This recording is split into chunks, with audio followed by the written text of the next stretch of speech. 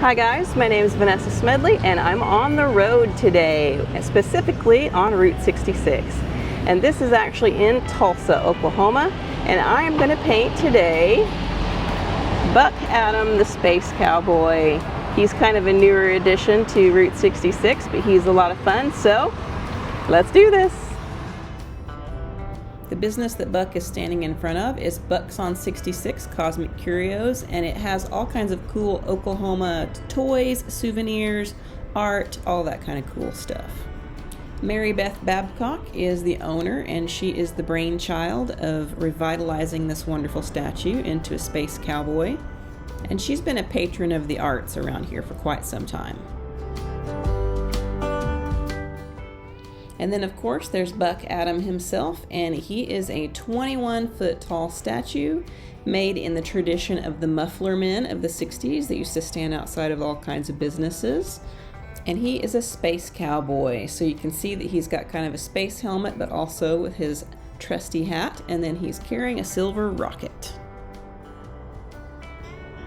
And on site also is Piggy Stardust, who obviously has a David Bowie theme, nice little pig in a chef's hat.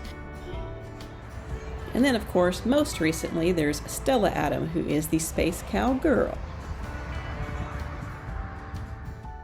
And here are my materials I used, and I also used an Etcher Slate Mini and a tripod and a little hunting stool to sit on.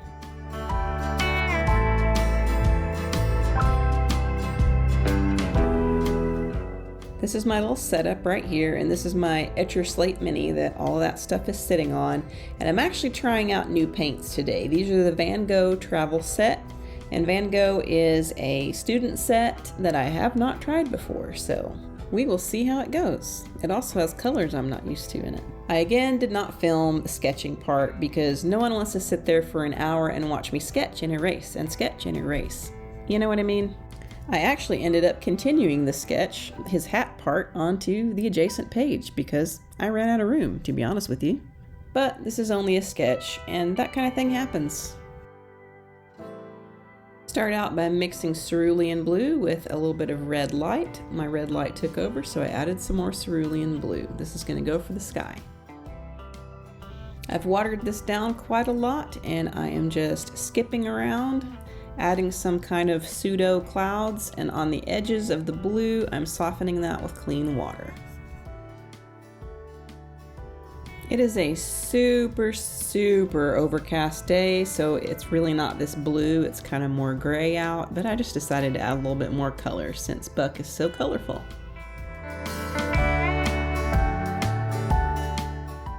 Next, I mix a generic flesh tone with yellow ochre and Quinacridone Rose. And then I water that down severely because we're going to start out with it very light.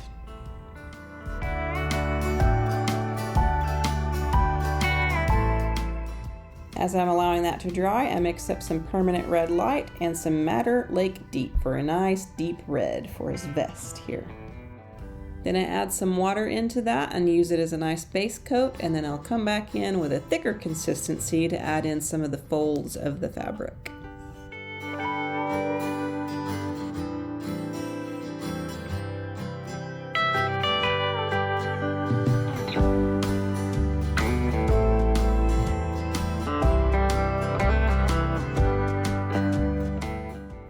Also, I'm coming back in with a damp brush to lift out a little bit of highlight on the folds. Next, we're going to mix up some Cerulean with some Ultramarine Deep, and we are going to use that for his jeans. Starting out with a nice medium wash of that over the whole area, and then I'm going to mix in some more Ultramarine Deep to make it darker, and we're going to come back in and do a little bit of a shadow area on the inside of the leg and the folds of the fabric, that kind of stuff.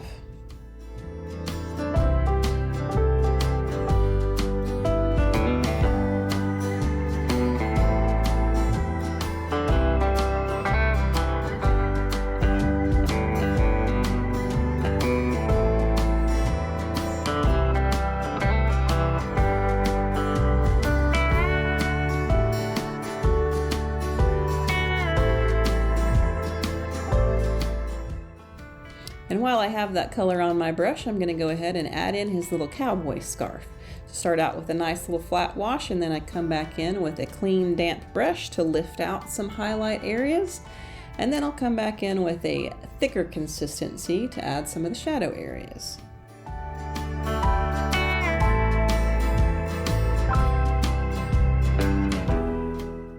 Next, I grabbed some nice watery Payne's gray. We're going to start on this helmet. Starting at the top where it's in shadow, and I'm going to blend that down with some nice clean water where it becomes lighter.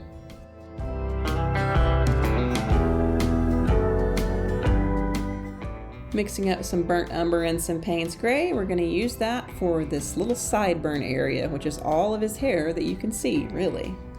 Then we'll go ahead and water it down and use that for his eyebrows as well. Then we'll use some nice, thick, dark Payne's gray to fill in the shadow part of his helmet.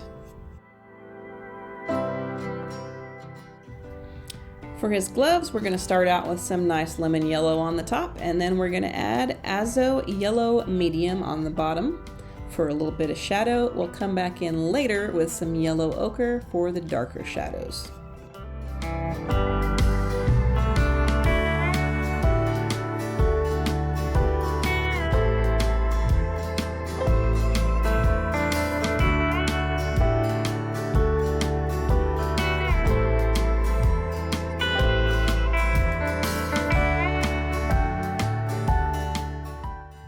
On the top of his hat, we're going to start out with some nice lovely lemon yellow. Then for the bottom side, we're going to add the Azo Yellow Medium. Then we're going to come back in with some yellow ochre to make it a step darker. And on top of that, we're going to add a layer of burnt umber for the parts that are like the most in shadow, closest to the helmet area.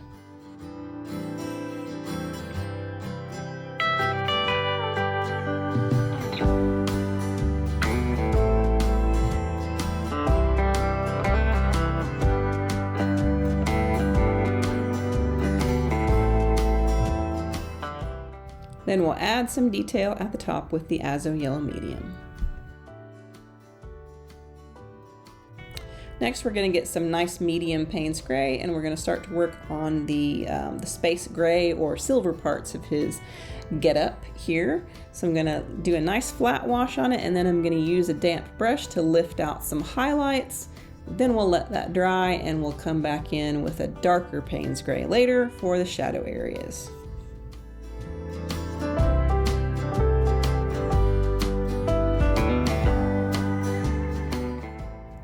We're going to jump back to the face here, and I've added a little bit of burnt umber into my flesh tone mixture, and we're just adding in some very light, very watery details right now, some shadow areas, sculpting of the face, and then I smooth that out with some nice clean water on my brush on the edges, because you don't really want a hard edge here.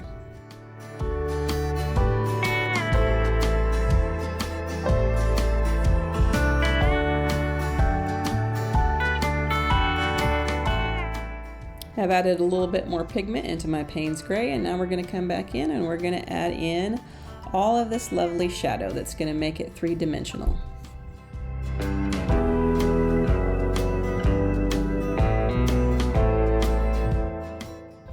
I don't know if you've noticed it until now, but there is a little robot face on this little box in the middle of his chest, so we cannot leave that out. So we've added a little bit of detail there, and then we're just going to continue to add shadow on all of the space gray parts of his suit.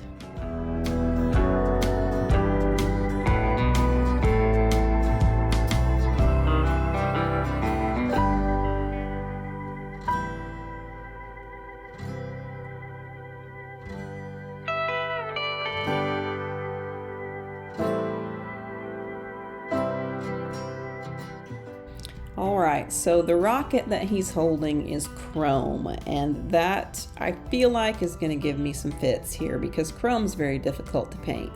But for now, I'm going to go ahead and just cover the whole thing with a light wash of Payne's gray, and then we'll come back in later once that's dried. I've watered down some burnt umber, and we're going to continue to add in some of his little face details, and this is going for the darker shadows.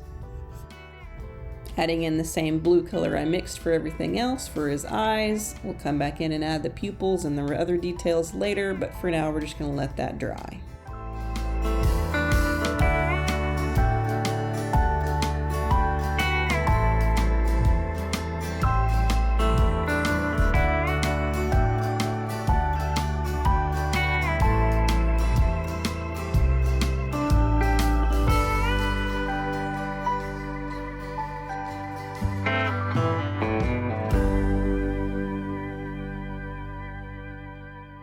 Alright, so this is dried now, and we're just going to come back in and we're going to add some darker areas to this chrome, and then we're going to see what we can do about making it look shiny.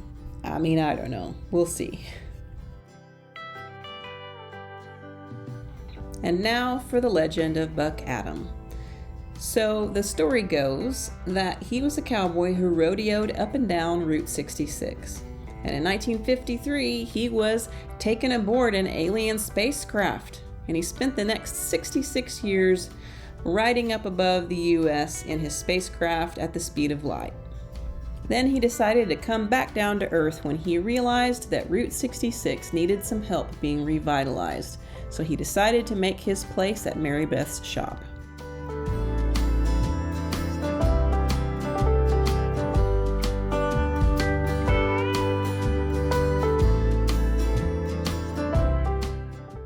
I think the underside of his hat definitely needs to be darker, so we'll use some nice watered down burnt umber for that.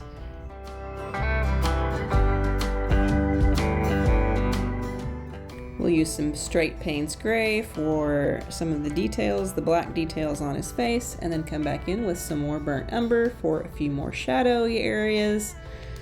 You know how it goes. I have now entered the detail darkening phase of this painting, so I'm just going to go back in and darken anything that I feel like needs to be darkened in order to make it look more three-dimensional.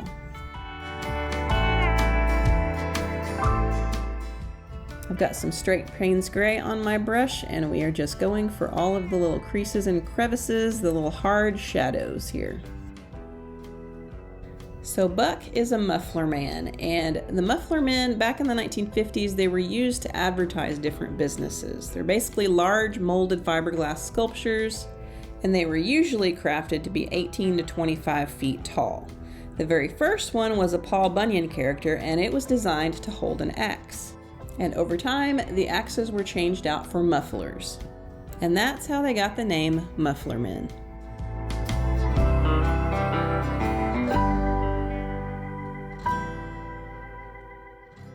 Going for another round of dark shadows on the chrome here.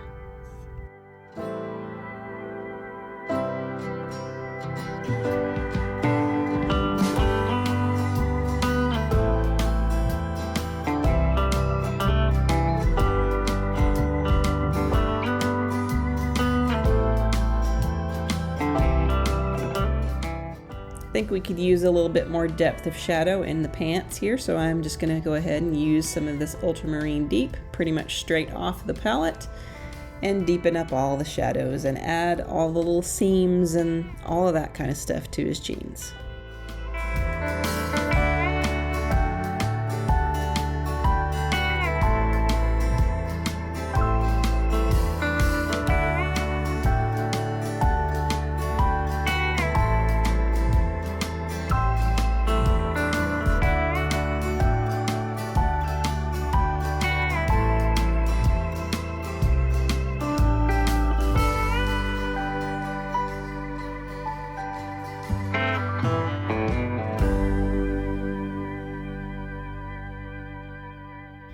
Then I've added a little bit of burnt umber to my red mixture, and we're adding that into the deepest, darkest parts of the shadow on the vest as well.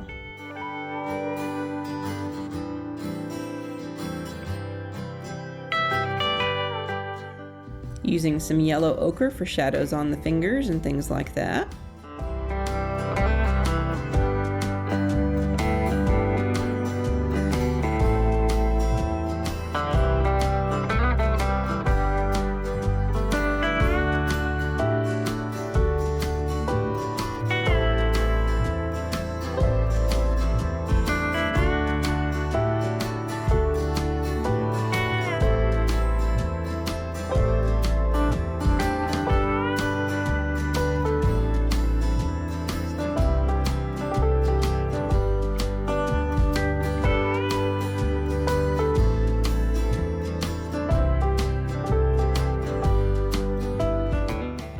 I think that's all I'm gonna do on site here. I may do some fixing when I get back to my studio. I'm back in the studio now, and I decided I did not love the bottom line underneath his eye, so I'm trying to lift that out, and I ended up nearly ruining the entire thing. I'm gonna have to come back in with some white and try to fix his eyes. It's just gonna be a nice little conundrum that I got myself into. But I'm gonna show you the whole thing, because sometimes that's part of this whole deal. You think you can make it better, and then you end up screwing it up. And then you've gotta fix it however you can. While I'm letting that dry, I'm gonna go ahead and come back in and darken a bunch of shadows, because you all know that I love my dark shadows. It really is what makes everything 3D to me. So we've got some Payne's gray, and I'm adding some nice lovely dark shadows here and there.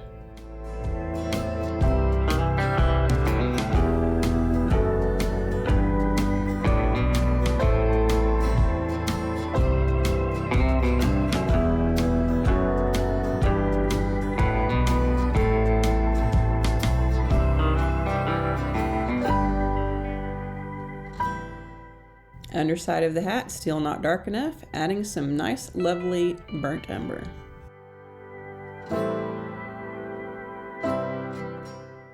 Okay, I've got to make his eye worse before I make it better, so I've got a nice Posca pen here, and we're adding back in some of that white.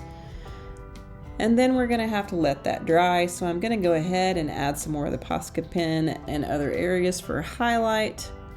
And we're going to let that dry.